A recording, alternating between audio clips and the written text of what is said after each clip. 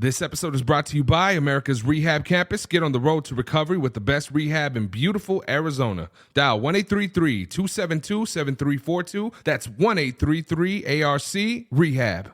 Hey guys, Buddha here. Thank you so much for tuning in to part 2 of this episode. Without further ado, let's jump right back into it. He was like, the evil's coming for you. And he knew it because I was freaking out and I was screaming at the top of my lungs. And it was like a 10-second thing. And everybody was still sleeping. Nobody heard me screaming because I wasn't screaming out loud. It was like I jumped into this realm real quick. Did you wake up in your bed? Yeah, on top. And I hadn't even really as soon as I laid my head down, it just poof. Yeah, they came. That's nuts. They came. And then he pointed his finger. He said, come here. And I went in there. He closed the door. He opened the Bible. He went to Romans. He said, are you ready to give your life to the Lord by professing that you do believe that he died on the cross for your sins? And I'm bawling. He was like, you know your name's in the Bible, Joel? It's called the Book of Joel. I said, no, I'm not aware of that. I wasn't aware of that at all, sir. I ended up staying in that program after fighting him that first half hour. I'm not taking that top bunk. I'm not doing this and that. Dude ended up being discharged the next day. They gave me the freaking, or released or shipped to prison. And I got a bottom bunk anyway. Always trying to fight for what I want. And it's like, be patient a little bit, brother. We got you. Yeah. It's incredible. I really, one of the things that I really wanted to bring up, man, and it's a scripture that I think really kind of ties into this, and it's Proverbs 14, 11, and 12, right? And it says, the house of the wicked will be destroyed, but the tent of the upright will flourish.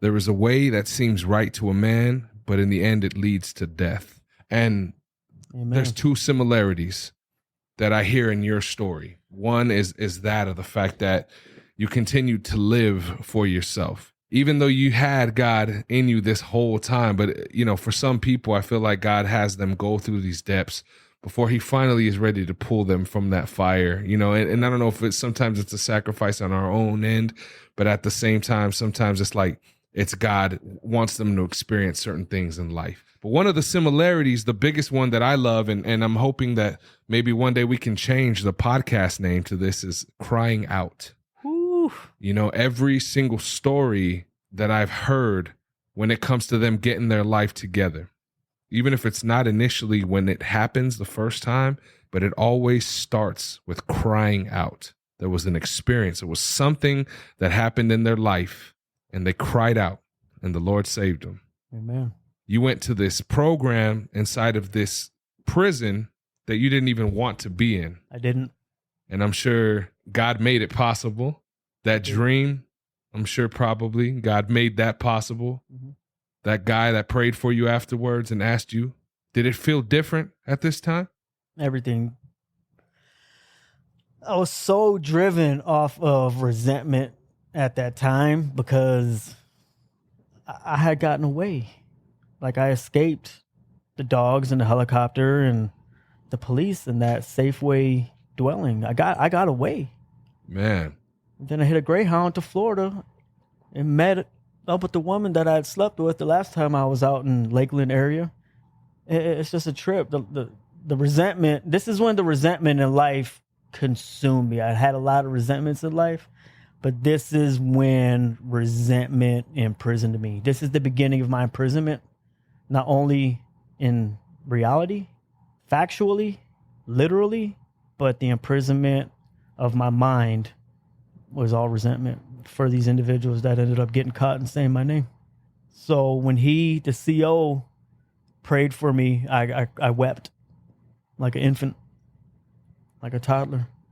I cried in that little corrections office where everybody was sleeping, or quiet at least, dozens of men. And I wept, and I took full advantage. And I remember and be like, yo, because you get juice machines, you got a better TV, you get to go play ball, ping pong tables, but you're going to group all day. We're going to talk about God. We're going to talk about, have pastors come in here and chaplain come in here, and we're going to learn about women and their menstruation cycle and how they're always going through this phase their entire lives, and their bodies are different than ours, and how to respect a woman, and how they lactate and we don't, and how just all kinds of different things. And I remember like not cussing anymore. And there wasn't anybody affiliated with me in that program, but there was a lot of dudes that I knew from school or that were related to individuals that I was affiliated with. And thus is the reason why I was getting letters from there. They're like, yo, Omen, this wasn't a violent offense.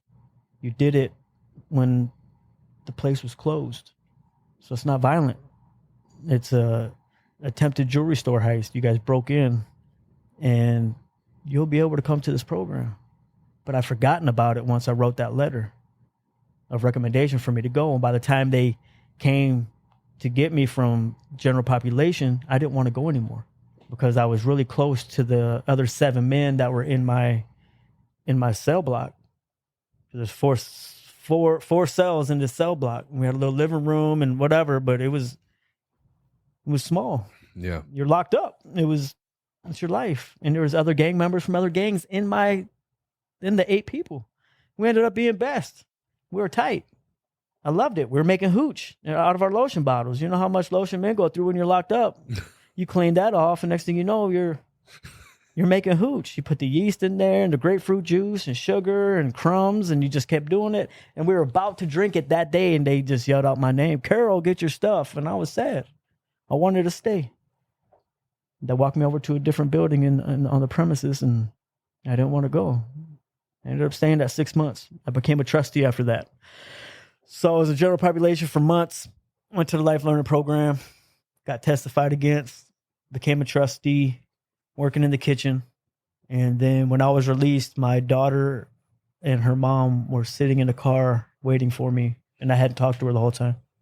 She was there. She knew when I was getting released. And she did her best to keep me. She did her best to keep me. And for me to be in my daughter's life, our daughter's life. She did her best. She wanted me to be there and to be in my daughter's life. And the thought was amazing, especially giving my life to God. But we call that prison talk. You know, love letters to females you don't even know, or love letters to females that you do know but never really liked that in your entire life. Yeah. But they'll come see you. And it all went out the window real quick, man. Temptation. No discipline. Lack of discipline all around. Then I got more head injuries. Got into another relationship with this female instead of my daughter's mom. And I resented myself, plus the people that testified against me. So I moved away from the area in which I grew up because I woke up every day with murder on my mind. I was going to kill these people. So I ended up moving out into the backwoods in Virginia with a gentleman who his family lives out in those woods. They run the streets named after them. And African-American family, and yeah, drug dealers in the family. You had family members went to church. It was a big family, and they took me in. And I'm very organized, very clean. Paint their house, help build a ramp for her grandmother in the wheelchair, like always doing stuff. And I messed up the relationship that I had with my new girlfriend, and one of the dudes that testified against me swooped right in. He's been sitting back, watching, analyzing my destructive behaviors. We go to the clubs in DC and dance, and once I drink, I don't stop. She's like, hey, we got to go to work. Let's go back to Manassas. Come on, baby. I'm like, no, you go ahead. I'll find a ride every time. And people in my gang would sit back and be like, yo, she's not only is she fine, like she is a fine-ass female. She's got a career. She's in college going to George Mason. Like, this dude's an idiot. And the second we split up for a little bit to try to gather ourselves, he swooped in, picked her up, took her to Jersey. Same dude that testified against me. One of them. Man. So the resentments consumed me. I moved out to the backwoods in Gainesville, Nokesville, Virginia. And I started selling crack a little bit. And then certain things happened that created the perfect ingredients for my demise, my self-destruction, while wanting to murder these individuals that testified against me. Not thinking about being a dad to my daughter. Like, I love her. I got her name tattooed on my chest to, I love her. Like, all these things. And I ended up smoking crack. And that got me. I smoked crack for 5 years. Wow. 5 years, bro. I smoked that rock. I think it's awesome that you are able to see and be completely transparent about the fact that you had all of this built up because of the insecurities and stuff, the rage, the resentment. Sure.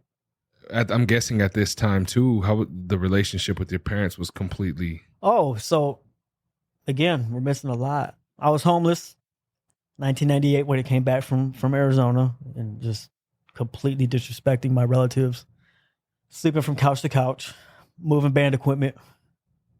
Went to a club, got hit in the head with the police Mac light, had a stroke, started doing cocaine, smoking coke on my weed, call it a woo, put the coke on the blunt, got Sienna's mom pregnant, got the other girl pregnant, went to see the birth, wasn't my child, missed the other one, went that day.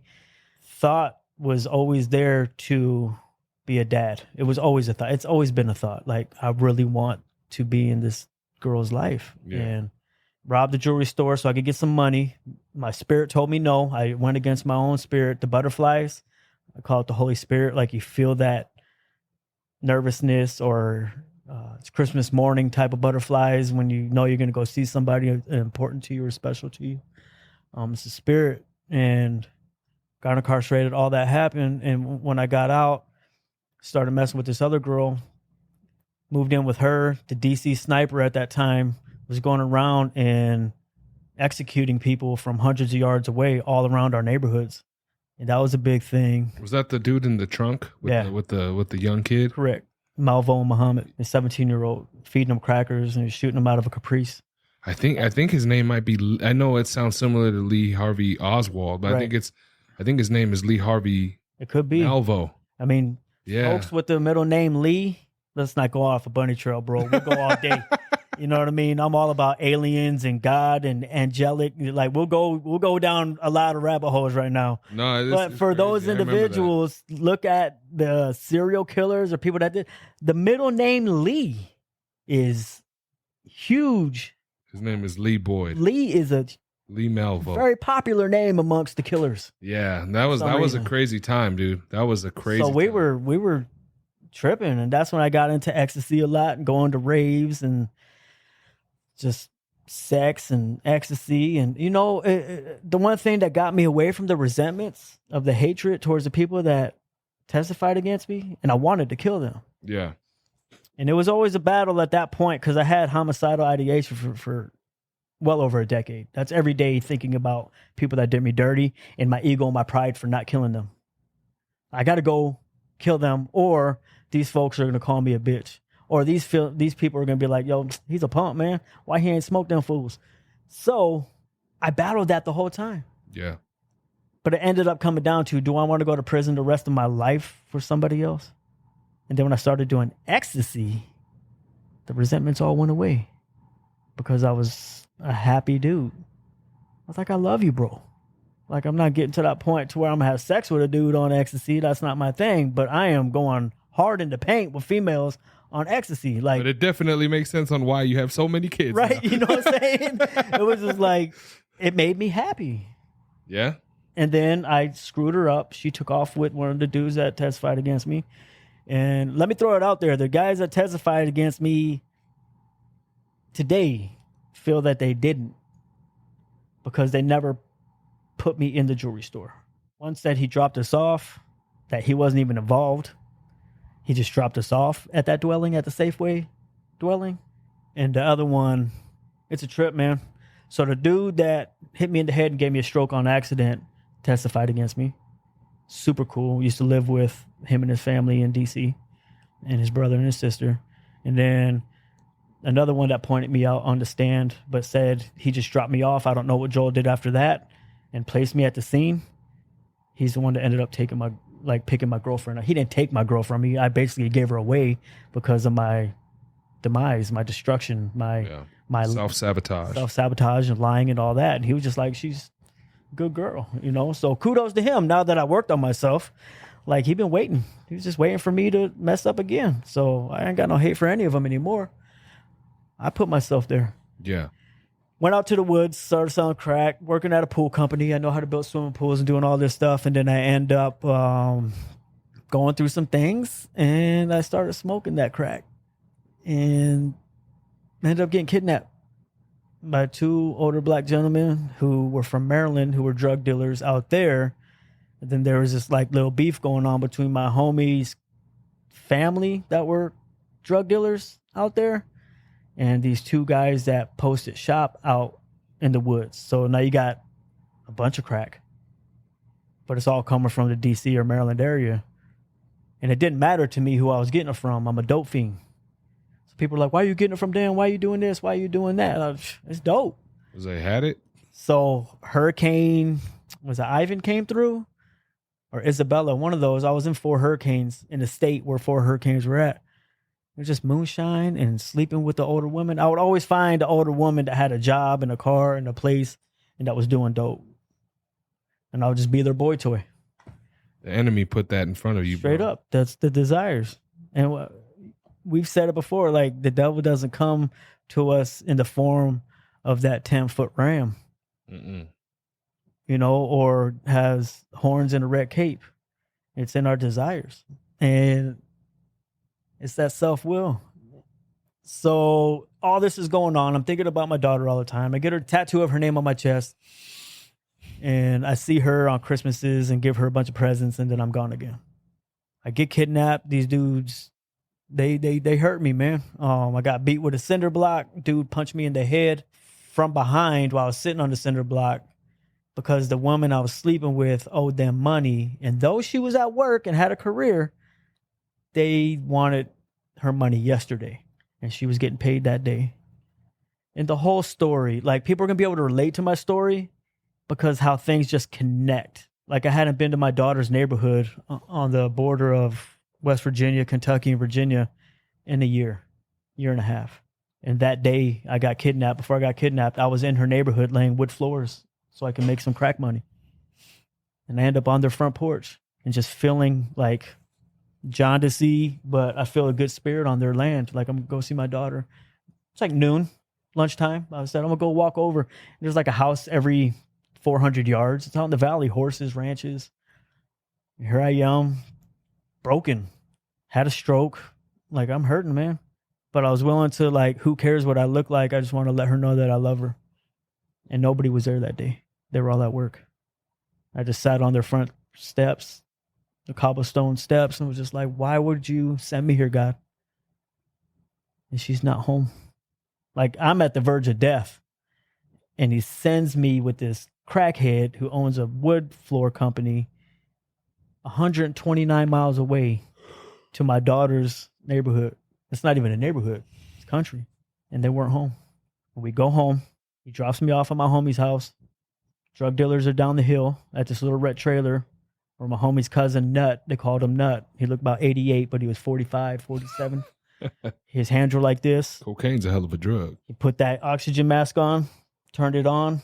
Damn, like that, bro? Turned it on, got that oxygen, took it off, grabbed his freaking pipe, hit that shit. Hit that 15, 20 minutes, just kept hitting it. And then he put the machine back on. Damn. And it breaks all this down and get in the truck. That's the name of that, get in the truck. So I'm texting her on this flip phone. I'm like, yo, they want your money. Dude in the van that I was working with that day was like, yo, don't go down there, man. Redneck, don't go down there, bro. They're going to kill you, man. Like, she owes them money. I know what she got, but they get violent. I'm like, go in there and get Rondell. Go get your boy. I was like, man, I ain't pulling that family into this. I'm telling you, don't do it. I go down there anyway. Dude hands me a bottle of whiskey, big bottle. Sit down on this, not the brick, the freaking, I got hit with a cinder block. Nuts over there bleeding. And he's shaking his head like, you shouldn't have came down here, bro. You know what I mean? And it's like, call her. I was like, I got you, man. I was like, she on her way. She's cool. You know, she's got a job. I'm supposed to be in Maryland this morning. And she spent hundreds of dollars, got fronted $100 worth of dope for me and her. So I drink that whiskey, I hand it off, I call, she doesn't answer, call, doesn't answer, call, doesn't answer. After that third call, I said, oh shit, I hope Rhonda opens that door up there and lets my pit bull out. Because he had like 5 pit bulls and one of them was mine, Prince. Turn on that light up there. And I felt the evil manifesting. And I'm like, this is not good. I called again, trying to text her, but you can't text. That's not happening. Yeah. Let me go A, B, B, C, C, C. Let me hit T, T, V, U. Oh, man. And all of a sudden, I felt it. He opened the door. Sean opened the door. His cousin Ricky came around. I'm like, man, she'll be here. Bop! Rocked my head right where I had a stroke. Shit my pants immediately. Blew my back out with shit. Picked up the cinder block, started hitting me with that shit. Saw a stick on the ground, started shoving that shit down my throat and just trying to pop my cherry in the back of my throat. Fucking me up. And then to get in the truck. Dogs are barking up there. I'm just like, let the dogs out. They're going to smell my scent. They're going to come down here and they're going to love me. And then they're going to have to shoot these dogs because there's 5 or 6 of them. It wasn't meant to happen. I wasn't meant to see my daughter that day. I wasn't meant to see her mom that day. It was a message saying, you had it. Now I might take it. And I'm a small dude. I've been initiated. I've been in a lot of fights. I'm squirmy. I get around, get out, try to get to a chokehold. Because if I could wrap my little body around somebody's chest or back and just do the chokehold, that's it. It's a wrap. I don't care how big you are. Like, you can punch me in my head, but I've taken a lot of head damage. I'm going to choke you and try to break your neck once I get that in. And I thought I was going to be able to squirm, and I slipped. And Ricky put the gun on my forehead. He was like, get in the fucking truck before I kill you. He's like, I like you. He's about, but I will kill you. If you don't get in that fucking truck. No, get in the truck. And I'm like, open the door, guys, open the door. He's over here panicking, but can't do nothing because looks like he's 100. And then they put me in the truck. I apologized as soon as I got in there. I apologized. I'm dazed because they hit me in the head. I'm bleeding on my face. They broke my ribs. Or he broke my ribs. Get in the truck. Sean's in the back. Ricky's driving. And he's got the pistol on his hip or on his lap. Cracked the window. He said, don't try to get out. The doors are locked. I said, I apologize for smelling like this, bro. And they drove off the friggin' gravel driveway, dirt driveway, put it onto a street, a road, went off to another dirt one, and then they turned off to where it was no road.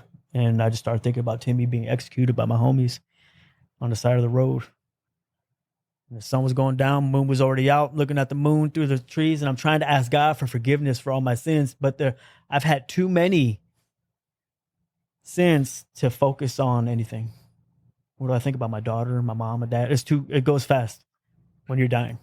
Like, it just goes super fast. And if we're not in the moment and like have it on a list of things that we know we're doing wrong right now, it's just going to be too much to bear. And we start to like panic internally. Some people are going to panic externally, hyperventilate, and then die sooner.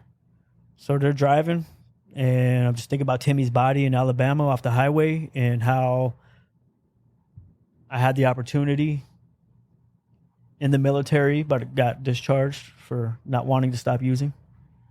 And her cell phone rang. He's like, where you at? Boom, boom, boom, boom. Hung up. Was that her? Yeah, that was her. He giggles and said, Nut might be onto something. I'm just crying. Smell like shit. Hit me in the head. I need more crack. I have resentment still. I'm not doing ecstasy no more. I'm doing full-blown crack so I don't murder these people that told on me. And he said, Nut said you're blessed. You're a special kid. Don't kill you. He said, he might be onto something. Go. So they drove, went back at this little townhouse out in the woods, met her, got her money, paid for $100 more. I went in there, took my drawers off, cleaned my ass. Here's the insanity of the disease of addiction when you're talking in these terms. I was smoking crack 15 minutes later, sleeping with a woman who loved me. Just met her. It's a trip. That's the insanity of the disease of me being kidnapped, being beaten. Could have died from the punch to the back of the head when I was looking this way and he hit me from the back. Give me more crack and I'll be okay. Man, that shows the depths of how evil substances are too. It's gross, bro. I mean, the fact that you are beaten, battered, bleeding, throats hurting, shit your pants, you're in a car, people that are trying to kill you, all of that in comparison to the addiction, it's trumped. Yeah. That's what is most important at that moment. Yeah. Let me smoke some of this. Give me an hour and a half. I'll hit that. I'll tap that ass. And then you'll give me dope because I'm doing it. So in saying that, I left the woods. And I went to my homie's house who I just talked to yesterday. He just moved from Florida back to VA in the same area in which I was just speaking of. But these some good bros, man. I got a lot of good people in my life, even though I'm not living out there. And it's a trip growing up somewhere and then moving away, because I eventually got on Facebook and I see that everybody's still in that area, have their own careers, their families, their own businesses, just doing a lot of music out there, like a lot of people. One of the dudes that I had resentments towards, he ended up being a music promoter. I've seen like the Facebook stuff, and he's with Lil Jon. He's with freaking, not the Biker Boys, but Memphis Bleak and Freeway and all these people from New York and Philly. And I'm like, he's doing big things. Like he got my girl because I gave her away. Ended up not staying together. You know what I mean? It was just one of those things, but yeah, like good for all these people. Like I could be driven off this hatred to go out and then like still to this day, 1999 to 2023. It's easy for me to remember that one because my daughter was born that year. So I move away, go to Manassas, and I still keep doing crack. I kept doing crack. But there's a lot to talk about. So it was just self-will run wild. I'm a Libra, so I really didn't look into any of that stuff. I looked into the fact that I was born on Friday the 13th on the weekend of a full moon, Omen versus Joel, Libra scale, stuff like that. That's about as far as I got in life with that stuff. But like getting clean, sober, becoming more intellectually stimulated who I am, like looking at how the people of this land would connect to the stars, and everything was based off what's in the sky. Everything. Why the pyramids are built where they're built specifically to line up with a specific galaxy. And I started looking into it. And they're like, yo, Libra males specifically thrive when they have a strong woman by their side. I've always had a woman by my side. It doesn't matter if I was living the lifestyle of an alcoholic, living the lifestyle of a crackhead, living the lifestyle of that gang member that wasn't using or drinking, living the lifestyle of a chef at the Ritz-Carlton eventually, living the lifestyle of a dude that owned his own sole proprietorship of a pool business. Like I've done all these things, but I always had a strong woman next to me. Like, can I keep that woman? Is the question. And everywhere I went, you know, that dope made me do some bad things, man. Wow. You wouldn't want to leave me around your wife when I'm smoking dope. That's how bad I was. And it's not like I would push the boundaries with my homies' wives and stuff like that. But if it came in and they knew he was cheating and I was staying with them and she wanted to get some, was like mad at him, and I was sitting there and I just smoked some rocks and she'd be like, F it, let's do it. I'm doing it. You know what I mean?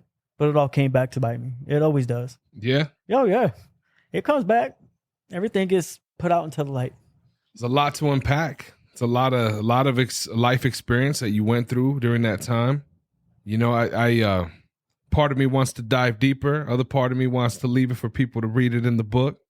But at what point in your life, man, do you feel like there was a change? Like when do you feel like you finally decided that, you know what, man, like I've had enough of this shit. I've had enough of the shame, the guilt, the resentments, the anger.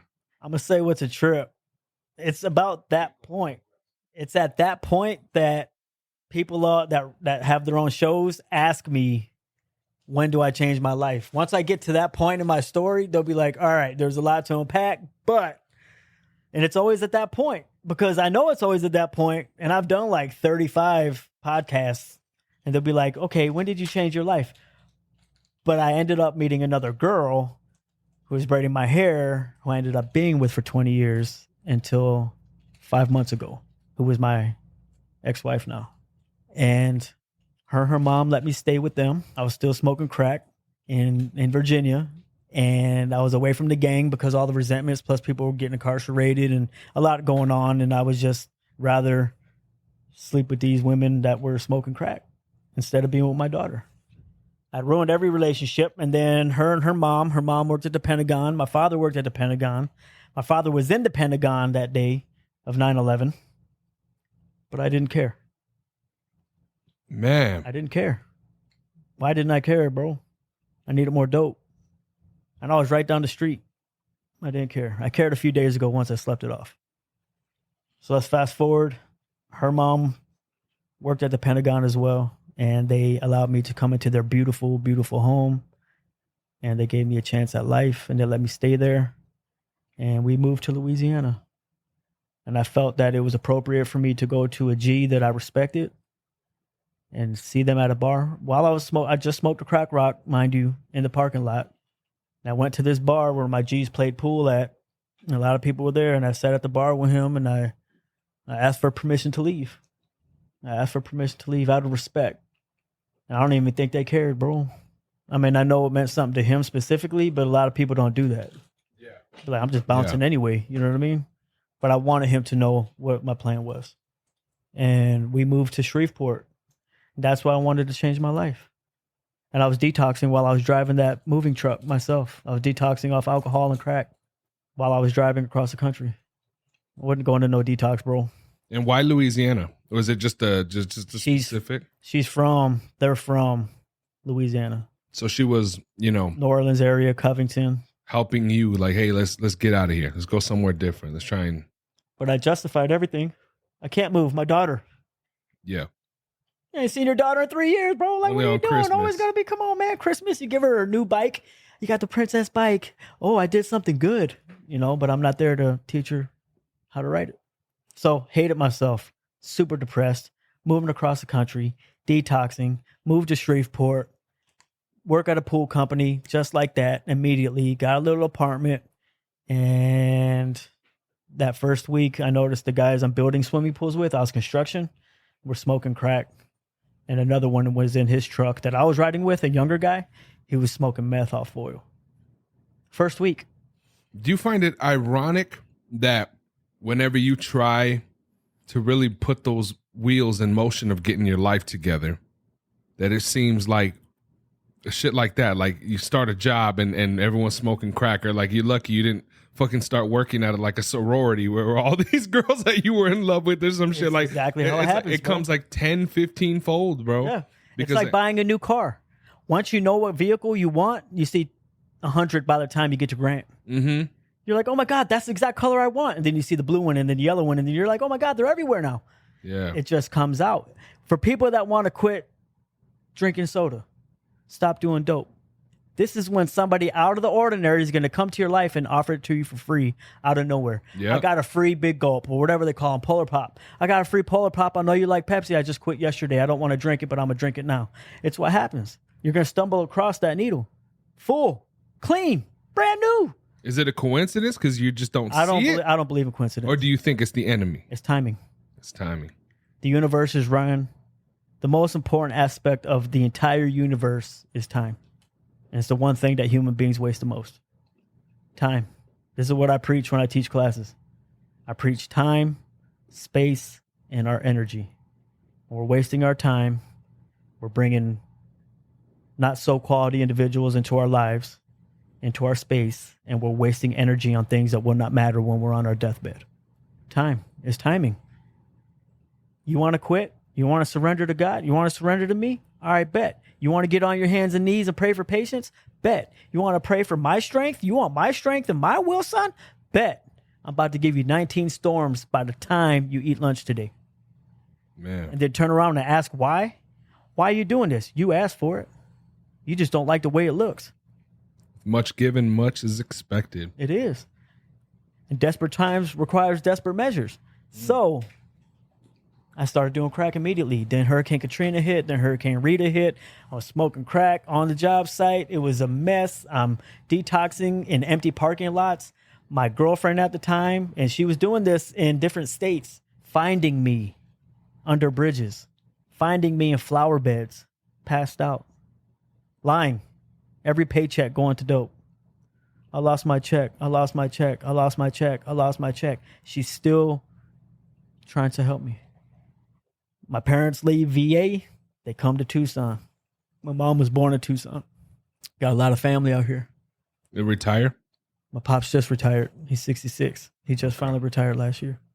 My sister, her husband, they left VA and they came.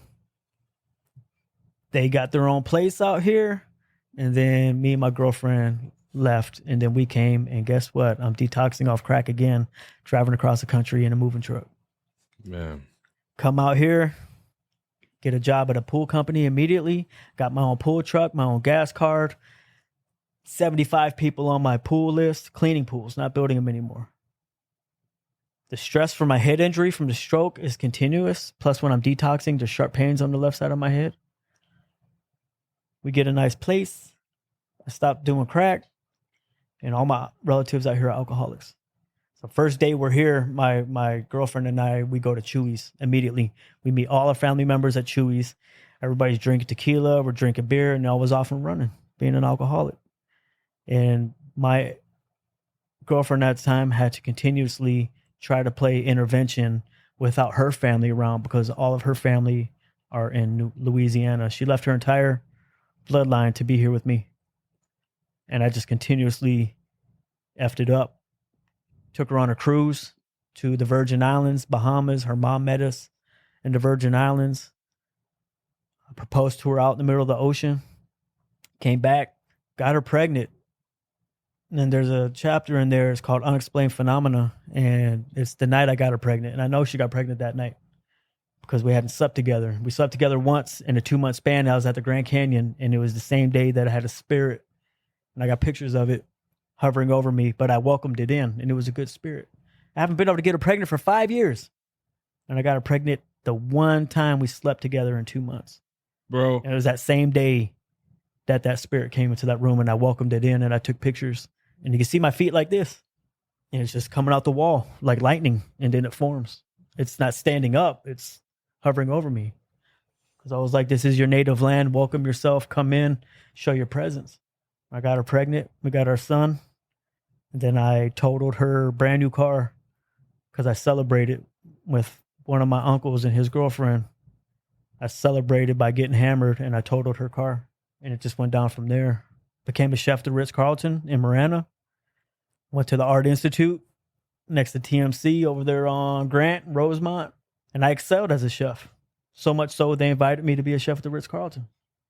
Beautiful home. Stopped drinking a lot. Somebody broke into our new home next to the prison down there on Wilmot. And it freaked me out. And I didn't want anybody to felt vulnerable. Like could be watching us.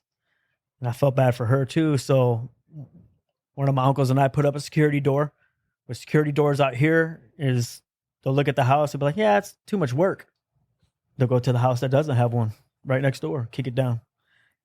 Put that up. And then my uncle that helped me put up a security door dealt methamphetamine. I said, let me get a little bit. He's like, hell no, man. I said, just give me some damn meth.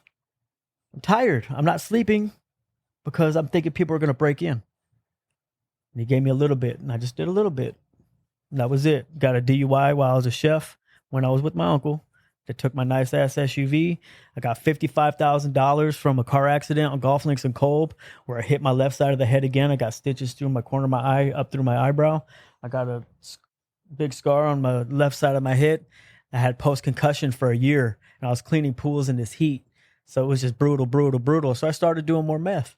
Got the DUI on February 8th, 2011, and that's when I quit life. That's when my parents found me in my garage in Vail at 7 a.m, and I was supposed to be on my way to the Ritz-Carlton for my shift. And my wife at the time said, hey, JR's drinking Hennessy in the garage crying. My dad rolled under the freaking garage door. He said, what's going on? I said, I quit. Quit what? Everything. Chef called. Then he called my wife, the sous chef. Hey, you coming in? I said, no. He said, are you okay? I said, no, I quit. And I hung up the phone. My mom started crying. She was like, no, you're not quitting that. You've always wanted to be a chef. Come on, come on, come on, come on. I was like, I'm done. I don't want to be your husband anymore. I don't want to be his dad. Now you're pregnant over there. I don't care about that kid either. Fuck all y'all. I'm out. I went to my uncle's house down the street here. I put the alcohol down after 17 years. All that money in my bank. And I picked up meth. And I lived that lifestyle for 2.5 years. I went AWOL for my family. Left her. Abandoned her like I abandoned my daughter and her mom.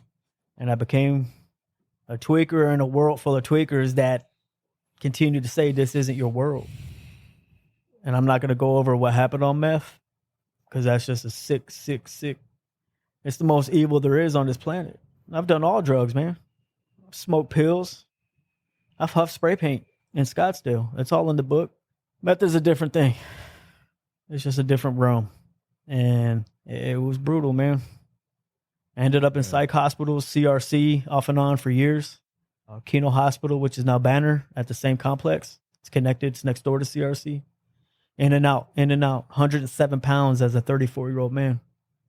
107 pounds. I got pictures of it. 107 pounds as a 34-year-old child. 3 kids. Good women. Was just a chef. Was in the military. Can build swimming pools inside people's houses. Can run detail shops. And I'm driving drug dealers and prostitutes around south side to the north side in the white ghetto, all the way to the hood down south. Driving drug dealers around. Freaking out, bro. Freaking out. That meth, it took its toll. Man. So 2012, I was going to commit suicide by cop. Because I got some more charges. Evading the police. I took off on the police. I had meth on me at a different time. I was going to murder my wife with a machete. I wore masks. Masks have always been my thing. Now that I'm clean and sober, I don't wear a mask. That insecurities you were talking about, it came back. It came back hardcore, man. So they hog-tied me. They put me in the CRC, took off the ankle ones. They put me in the CRC. They put me in there, and I stayed there for a while. Then they put me in a wheelchair, and they walked me next door to a Banner, and I stayed there for weeks because I was going to, I had a machete in my hand a few times, and all my wife wanted to do was get me to go to rehab. So I ended up going to Salvation Army because I'm an extremist. Look, I'm all in. If I'm going to be me right here, I'm going to be me right here. Yeah. I'm going to deal with the depression that I go through. Constantly, I'm going through it because now I'm not living with any of my kids as of 5 months ago. Got my own apartment. Clean and sober with a nice apartment. Like, watch out for my behaviors, right? I have panic disorder. Feel like I'm going to have another stroke. I'm on a bunch of medications. I do CBD supplements. I just got testosterone, started last Saturday. Like, I'm trying my best to stay with what it is that I value. I only have one goal in life, and I've had it for the last 10 years. That's peace. I only got one goal. Everything else is a task, and that's just my perspective of it. A lot of people have 10 goals today. That's good. That's the way we see it. But I have one goal, and that's to remain peaceful until I pass away. This is why I got divorced. 2013, they released me from Keno Hospital. I've been locked up a bunch of times in county. I never did prison time out here in in Arizona. Bunch of Pima County jail time, and I AWOL'd from Salvation Army. Went back, AWOL'd from Salvation Army. They said you can't come back in. I was going to commit suicide by cop with a machete. They put me back in the psych hospital.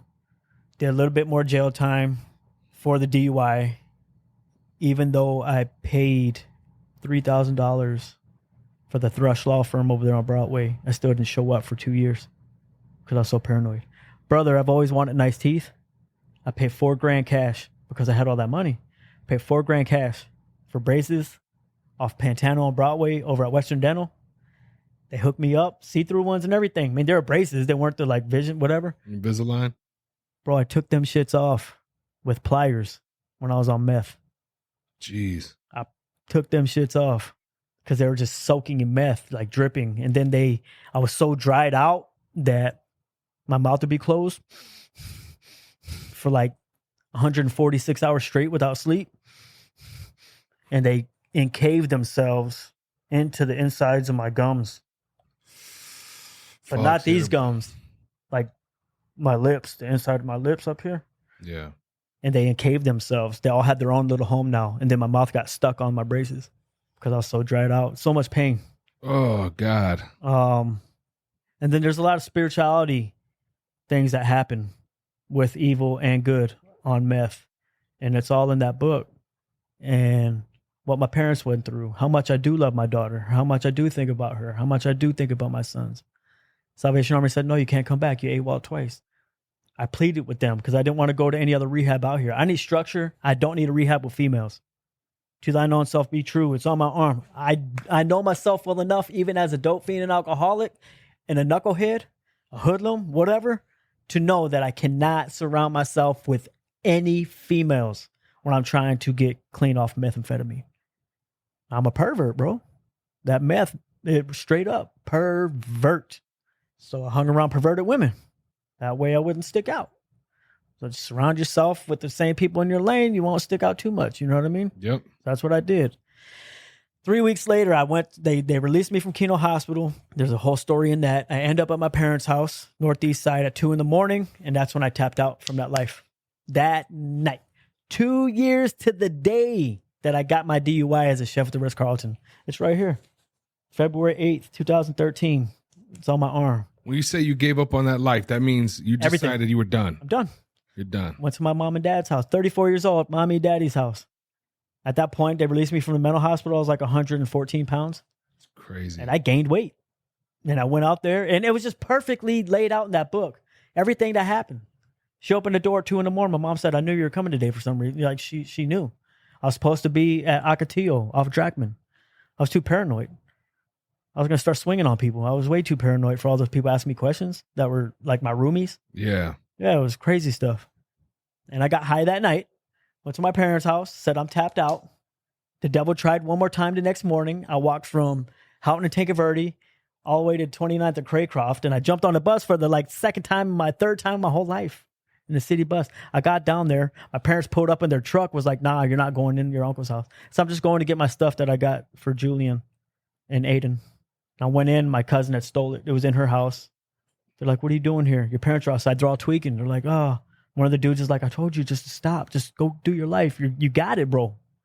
You got it. He ended up dying. But he was like, you got it. You're the one. You go live your life. You look good. This girl came out of my uncle's room that I used to want to bang. She was like 8 pounds. She was like 8 pounds. Like, what the heck? I hit that one more time. Didn't do anything for me. Got my parents' truck. Went to rehab. Didn't want to stay at that rehab at Los Altos. So I was like, there's females walking around. I see that ass shaking. Like, there's no freaking way. I'm hitting one of them. You know what I mean? Like, there's no way. I'm getting one of them. Like, I ask 100, I get one, I'm good. I'll go ask another 100, I'm good. Why would I want to go around that when I'm trying to find myself? I'm an extremist. 3 weeks it took for the Salvation Army to accept me back. I cried. I wept. Good tears of joy. I saw my sons. I went to rehab on March 1st, 2013. And I gave my life to Christ. Graduated Salvation Army. Got into AA, NA, all 12-step stuff like that. But God is my foundation. Yeah. And now I have 4 sons out here with their mom. Ended up working at the CRC psychiatric emergency room. Shit, that's trauma in itself, just working there. It's wild, bro. So I was a patient there a lot. And I ended up being a peer support there. Wow. It was amazing. I became a manager of a car wash, the detail area, when I got clean, because I couldn't just go in. And it took me 2.5 years to be like, cool, people like the way I talk. And people are like, you need to get in the field. You need to get in the field. Why not get a nice paycheck to go talk the way you talk? People are going to feel you. They're going to want you to be in a group and just open your mouth. And go in there, no curriculum. Just talk about it. Ask them a few questions. Write it down. Put it in a note. They'll get paid because you're a peer support. That was 8 years ago, bro. Man. So I've worked at 3 places since I got in this field. Now I'm divorced. I'm on my 2nd book now. It's more about wisdom. Became a certified life coach, which is different than the clinical way of doing things, because I'm not going to go out there and truly coach people who are dealing with bipolar every day.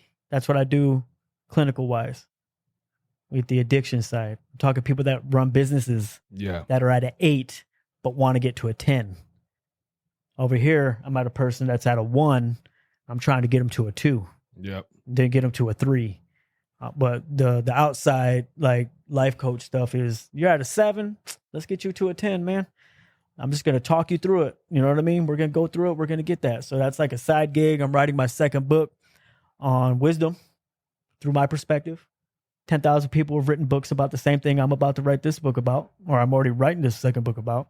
It's just through my perspective and my wording. Yeah. There's books. You said there's a book out there about this. Yeah, there's hundreds about that. It's just somebody's reading it differently. And then for the people that know that artist or author will be like, yo, the way he says it though, Like the way she says it, read it, because the way he says it or she says it, the people are going to really relate to that. Yep. So 10 years, brother, on this walk. It's now about my behavior.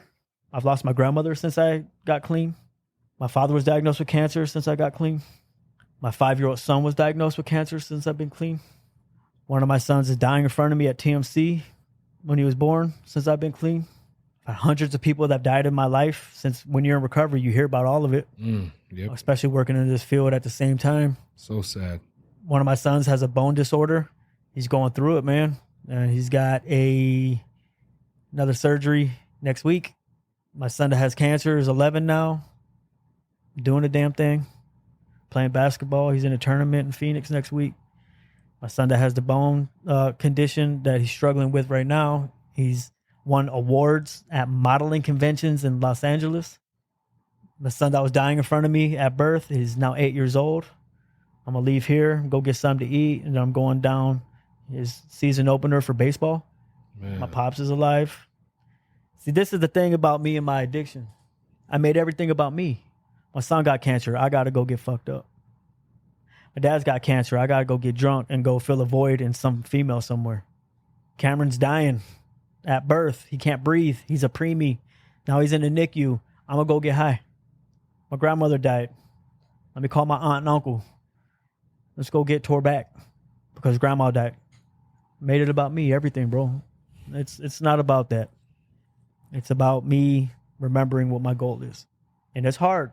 Divorce is hard, bro, when you have 4 kids in that marriage. And the oldest one in that marriage is 14, and the youngest just turned 7 on September 11th. 2 days ago, my baby turned 7. 4 boys. And now I'm not living with them. It's been a struggle, bro. You don't think there's a chance, bro? In a couple years, things will get back? No? One day at a time. One day at a time. Smart. One day at a time. So there's points to where I have so much panic that it turns to agoraphobia. I can't leave my apartment. And the fact that my apartment is laid out, it makes it that much worse because then it just sucks me in. And then I'm stuck in my bed for 7 days straight. And then it's a miracle if I could get to the couch to turn on the bigger TV. That's present. This is happening right now. Yeah. I just got testosterone. I'll be 45. My levels are at this. I want to be like this. I have no enthusiasm for life. I haven't done a podcast or a radio show in a year and a half.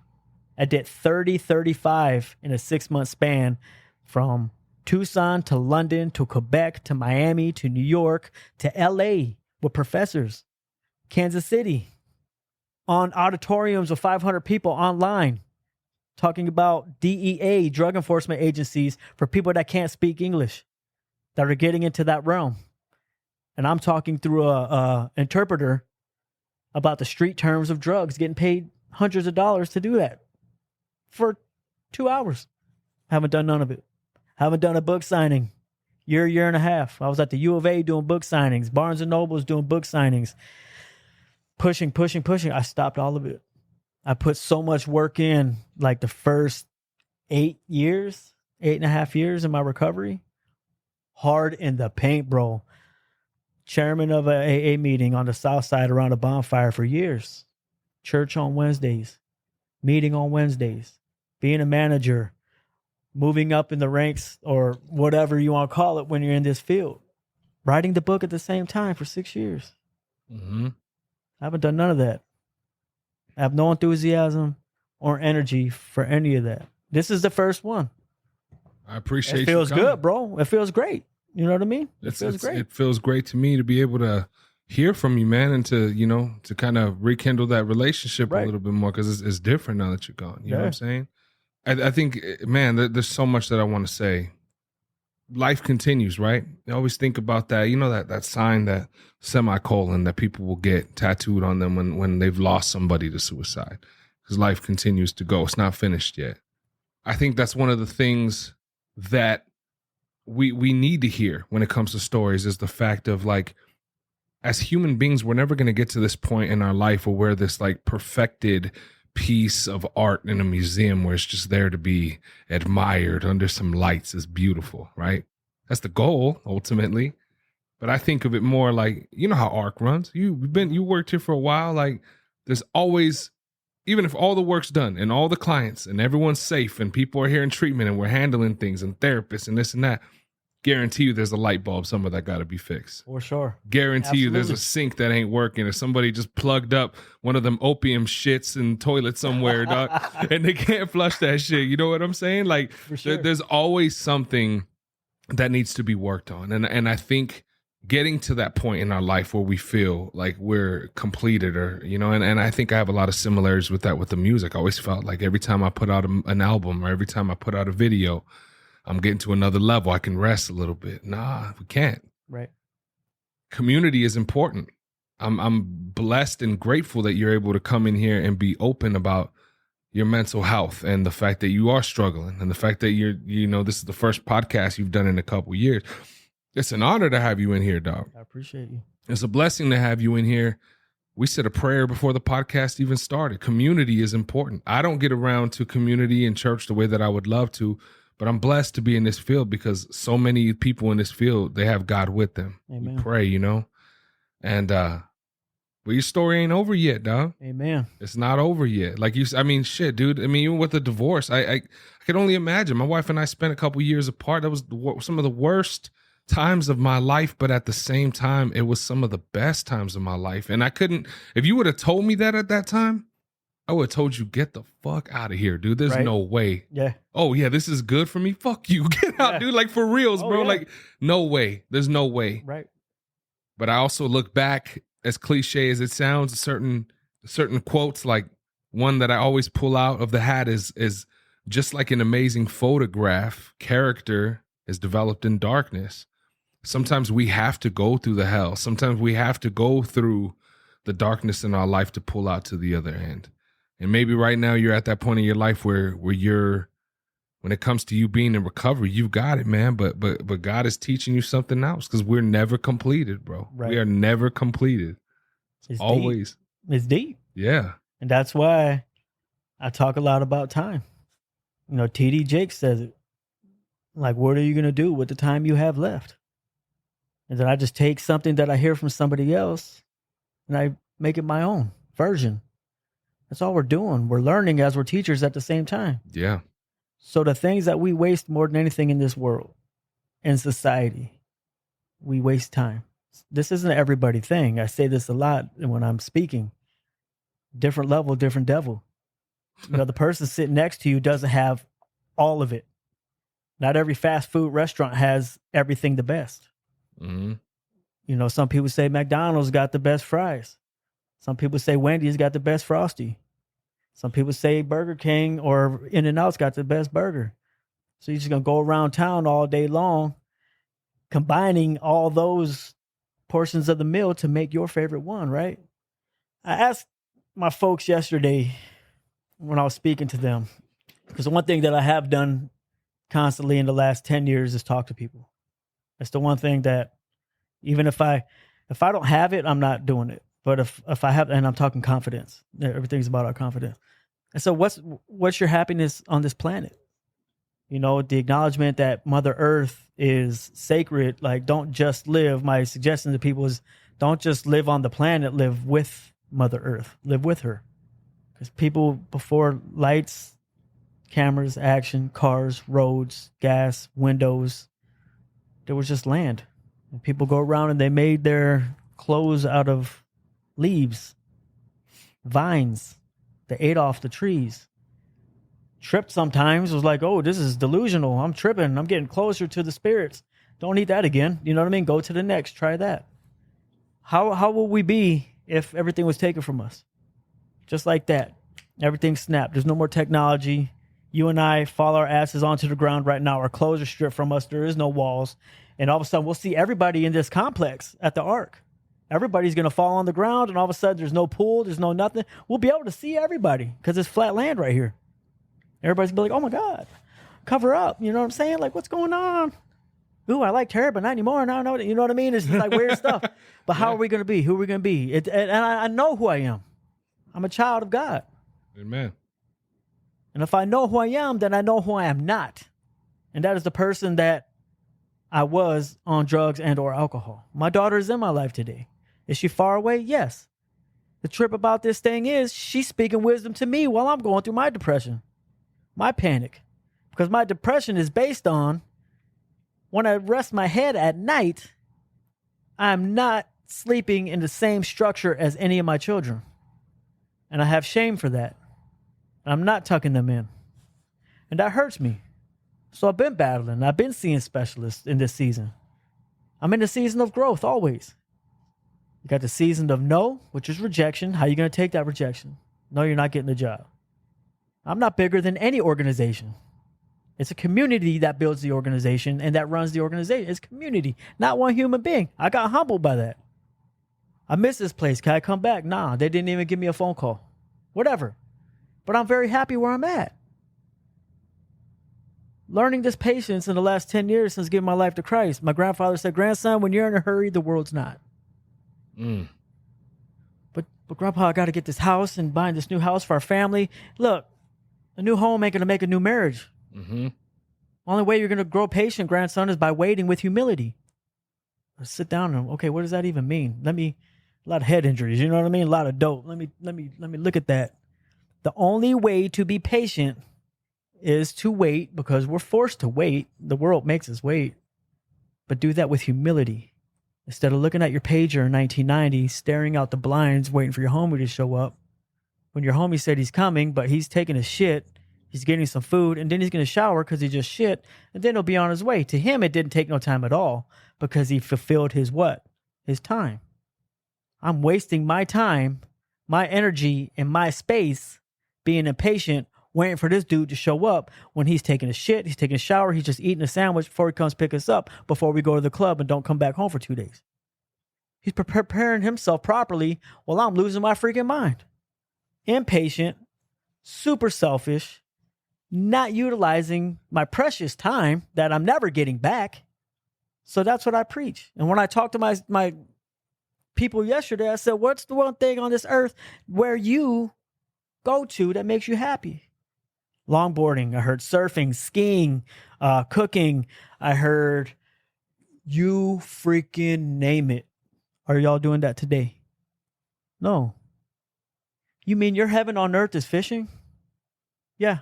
When was the last time you fished? 4 years ago. What are you doing, bro? I said, I'm not going to be a hypocrite right now because I'm the same dude. I know what's going to make me happy. I know if I drive to Mount Lemon, it's going to take me 30, 40 minutes because I live right across the street from the Arc. I'll be up there. I will be at the most serene state I could possibly be within a 2-hour span. Unless I'm with my children at the same time, then I'm the happiest human on the planet. But I don't go up there. Why am I wasting my time? Why am I wasting my energy? The things I speak to people about when I'm talking to them, it's the things that I'm actually going through because I know they're going to relate. We're human. We're just living the human experience. I'm just trying to tap into the more spiritual experience in the human form. It just keeps going, bro. All right, I'm on meds. Something's not right. I just missed 6 days of work because I'm afraid to put my feet on the ground in my bedroom. And the people are questioning, are you good? No, I'm not. Like, I'm not suicidal though. I wasn't even thinking anything like that. Well, now you know, like I'm a deep dude. You know what I'm saying? Like, if you're not that deep, I'm letting you know how deep it could go with me. How many people I know or we know that we worked with at this building or somewhere else that have taken their lives because of stress. Right? I don't want to go out like that. So I'm doing everything I can. And if I have to lay in my bed, in which I get more depressed if I'm in bed and not doing something productive because of boredom or whatever, because we know what we're capable of doing. Yep. Going to the gym makes people, what? At peace. Why? Confidence. What? Time. Energy in that space. It's around the corner. We still don't go. That's why I said, what's the one thing that's going to make you happy today if I went to the gym? You go to the gym? No, but I got 5 memberships to 5 different gyms. It's a female that got a lot of money. A woman that got a lot of money. 5 memberships we've been paying for 2 years. She doesn't go. All these things that people said, these 18 people, none of them are doing what make them happy today. So while I'm sitting here in the season of growth, laying in my bed, got FMLA, all that stuff, first time. Like I'm in this new period of my life. How am I going to fill this void without living with my family? Oh, there's a way for me to fill that void in my new apartment by myself. And this luxury, man. Like I'm blessed. I live like a king. So do you. Take us, put us in one of those other countries. People are like, dang, who's that? Living like a king. You could put my apartment on their little dirt road. They'll be like, that's a little kingdom. Like, man, that's wow. Yeah. So I'm still privileged. I'm still grateful. I still go through my inventory and be like, I'm so grateful for this, God, every day. Why don't I have any enthusiasm to get out my door, to even get the package outside my apartment door? It's been there for 2 days. Somebody could take it. I'm at an apartment. I don't even open that door for the fear of somebody seeing me. That's not this morning because I wouldn't be here. This is what I've been going through this season. Then that doubt, that shame, and what people care about me starts to creep in. Because that's one thing that I learned at Salvation Army is what you think about me is none of my business. That's for you to carry. Whatever people think about me anywhere, that's on them. Think about me. That just means I'm on your mind. Whatever, good, bad, or indifferent. I'm trying to stay in my own space. Spend my time connecting to God as much as possible. But we're not going to be perfect. This field, working in this field and working with people in active addiction and getting into early recovery is to help those individuals to acknowledge that they will never be perfect. Because when people get in addiction recovery, not everybody, but a lot of people, we feel that we have to be perfect or we're not up to our own standards. And that's where people relapse because we're not at our own status. We see other people as superstars in AA, NA, CMA, HA, whatever. And then we go against our own morals and our own values. I love you, Lord. The things I'm doing right now to fill the void, not healthy. So I could go kill myself, or I could be like, you know what? Because I'm still sober, I'm still not doing dope, still not drinking, still not stealing, still not doing those things. I still have the capability to overcome this mountain right now. And that's where I'm at, sitting on this couch right now, talking to you. Man. Halloween, I mask up, bro. I'm pretty creepy. I'm pretty wicked. And the other side of me is wicked, man. So my kids would be like Spider-Man, Sonic the Hedgehog, a ninja, and a freaking soldier. And I'm like some whacked out freaking tweaker zombie still. Or I put on that light. So I go all out though, man. Like I'll put that creepy mask on the front and then I'll have the purge mask on the back with the lights on it. Oh, yeah. So people that are walking behind me think I'm staring at them. And they'll jump and be like, oh my God, I thought you were looking at me. I'm like, no, I'll turn around and be like, what the Yeah. But see, that's just how I am. October is my life. October is my thing, man. I grew up in the Virginia, D.C. area. Leaves are about to start falling. It's NFL season right now. If I'm going to be depressed, I'd rather be around individuals while I do go to work that come and say, hi, how you doing? Are you truly okay, my brother? You had a gentleman on here not too long ago, John Bacon. Yep. You know, I confide in him. I tell him everything. And he'd be like, boy, you know what I mean? Like, brother. I just throw it out there. That's my John Bacon impression. Yeah, exactly. I throw it out there. And because we need to release it, the things that we hold on to. Absolutely. So I have those individuals at my job that could do that. And I'm an open book. It's there. There's only a few things that I didn't put in there. But those things that I didn't put in there, I have at least told one human being. And I didn't tell one human being everything, though. I switched it up. I tell your sponsor everything. I told him 99.9%. But there's 5 situations that I told 4 different people. Yeah. That's just the way I roll.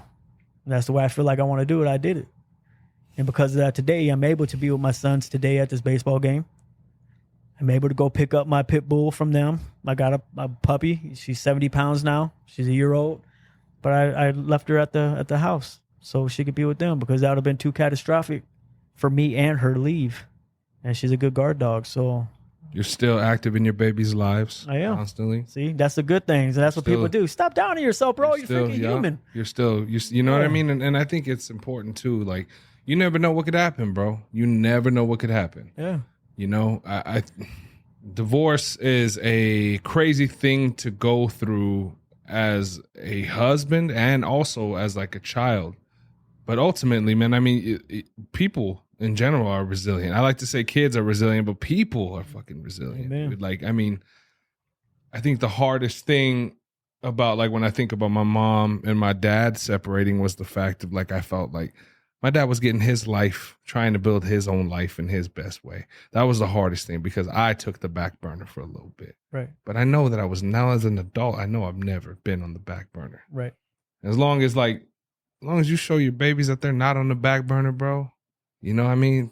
They're good. They just want love, bro. Kids are resilient. Shit happens. Relationships happen. I'm just thinking about how grateful and blessed I am, man, just to be having this conversation with you and, you know, talking about this, dog, because it's like, it really is. It's one of those things, like, we're here helping people every day. Trying, like you said, getting them from step 1 to step 3, right? Yeah. But it's like, what about the ones that help? How do we help ourselves? Right. You know, it's that ladle and bucket thing, dog. Like, we just got to help fill each other up, man. And I hope that this conversation has filled you up as much as it's filled me. You know what I'm saying? Oh, for sure. Life changing. Yeah. Needed. Absolutely. Perfect timing. Perfect timing. Everything's about time, folks. I'm telling you, for my children, all they want is my time. That's it. I picked my son up from basketball last night. Drove him home. Went in there. Kicked it with all my kids for a little bit. That's cool. You know what it did? It gave me confidence. Mm-hmm. Just from spending time in their space, connecting our energy. Everything's based off those things. And can you imagine, man, the difference like had you been trying to balance all this shit? I mean, you would have the shame and the guilt because that would start taking the front. That would start taking the main part of your attention, everything that you want. Right. And your kids would feel that way. They would feel like they were on that back burner, but they don't. Right. Because you're not allowing the devil to put that grasp on you Amen. like he did before. Oh, yeah. He's trying. Oh, yeah. He's throwing it at me, bro. Bro, I it's think a trip. It's a trip, like man. I said, it's I know this isn't the proper word, but sometimes like I really do feel like it's flattering how much he tries. I think especially around times of like, you know, we go through different phases in life, you know, like how like a snake or a reptile will like shed its skin. Like we go through these new skins, right? We go through these new things. And I feel like it's detrimental, certain things that if he was able to allow you, if he was able to manipulate you and make you use one last time, then he's keeping you from God's blessing that's just right around the corner. Amen. And you know how God works, bro. God's got an amazing sense of humor, dog. Like he'll have you all the way down where you're like, oh, no, it's coming. Nope, it's not. Man, that sucks. Oh, and then you just keep going down these levels until eventually you're like, man, this sucks. Maybe it's not gonna happen. And then right when you think that, it's like tenfold, bro. Like that's just how he works. God's like absolutely incredible. Yeah. And you can't explain it. Can't. You try to explain it right now the most you can, the best you could. And I can understand it because I know. Mm-hmm. But the people that don't know aren't going to know because you can't explain it like that. People can look at you like, I don't get it. Yeah. Right? But it's for them to find out. And I think that's the worst is when people try and deny it. Yeah. But see, it's not about proving that God's real. Right? Why don't y'all go disprove it? There's no evidence that he's not. Mm-hmm. One thing before we go, bro, this is my ending. Patience. For those of you that have played Sonic the Hedgehog, Sonic the Hedgehog moves at the speed of light to gain as much money as possible just to get to the end. Man, that's crazy. And then there's nothing. There's nothing. Respect the process. At times, enjoy the process as much as possible. We don't know when the end is going to be, so appreciate everything you got. That's all I got, bro. Oh, man. Ladies and gentlemen, whoo, take a deep breath, get yourself together, and give a huge round of applause to my brother Joel. Such a beautiful, beautiful, beautiful conversation. Man, to everybody out there, guys, happy Halloween. It's the time where we have these amazing holidays. Use this time to spend with your families. Be around your kids. Make sure you're checking their candy. Be safe out there, guys. Thank you so much for listening. Please make sure that you share this with somebody who just needs to be uplifted today, man. You know, it's nuts, man. This is so beautiful. I'm so grateful. Thank you to everybody that's involved here at the ARCast. Thank you, Joel, for stopping by. For everyone else, man, you guys have an amazing rest of your week. Much love. God bless. And we will definitely see you on the next one. Peace. What's going on, everybody? This is Buddha from the ARCast, and I just wanted to thank you for checking out this week's episode. It means a lot, and if you could share it with a friend or a loved one, somebody you need in recovery, or maybe somebody who just needs that little bit of extra positivity in their life, we'd greatly appreciate it. If you would like to join us here on the ARCast, either in the studio live or online, hit us up. The links are down in the show notes of this episode, and on there, you can find direct links to our main website here at Americas Rehab Campus and all of our social media platforms. Follow us. We keep the posts positive and motivational, focused on recovery, health, and wellness. As you know, in this modern day and age, we need as much love as possible, y'all. And as always, if you or somebody you know is in need of substance abuse treatment, please don't hesitate to give us a call. We're open 24 hours a day, and our direct phone number is 1-833-272-7342. Once again, that phone number is 1-833-272-7342. I hope you all have a beautiful rest of your day. Much love and God bless. Peace.